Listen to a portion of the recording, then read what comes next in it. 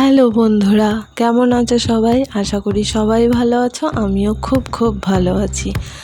দেখো, এই হচ্ছে শরতের আকাশ, মানে পুজো পুজো গন্ধ কিন্তু অলরেডি সবার ঘরে হানা দিয়ে দিয়েছে। আমার ঘরে তো দিয়েছে, কারণ যেহেতু শপিং কমপ্লিট, তো পুজো তো হানা দিয়েইছে।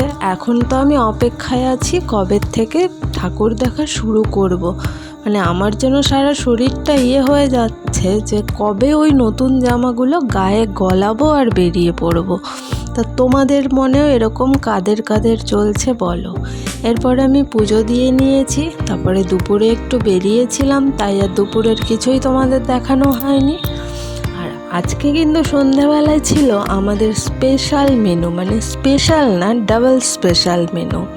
সেটা দেখতেই পাবে কি করছি। ওদিকে মা লুচির প্রস্তুতিতে লেগে পড়েছে, এদিকে আমি ছোলার ডালে নেমে পড়েছি। মানে ডালের মধ্যে নেমে পড়িনি, ডালটা করতে নেমে পড়েছি। আর হ্যাঁ, মা আজকে একটা অন্য জিনিসও কিন্তু বানিয়েছিল, আর তোমাদের দাদা বলছিল সেটা নাকি আমি কোনোদিন করতেই পারবো না, মানে এসব নাকি আমাদের দ্বারা হবেই না। আমাদের বলতেই আমাদের জেনারেশনের কথাই বলেছে, এগুলো নাকি মায়েদের দ্বারাই সম্ভব। তাই পরে আমাদের নাকি যখন ছেলে মেয়ে হবে, ওরা এসব খাওয়ার মানে টেস্টই নাকি জানতে পারবে না। তো তোমরা বলো তো, এগুলো কি আমি করতে পারবো না? আমি কি এতটাই অকেজো, মানে অকর্মক, যে এগুলো আমরা পারবো না?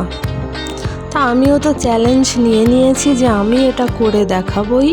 তো তোমরা সাথে থেকো, পাশে থেকো, তাহলেই দেখতে পাবে চ্যালেঞ্জটা আমি কমপ্লিট করতে পারবো কিনা। আর ফুলকো লুচি কিন্তু ভেজে নিয়েছি।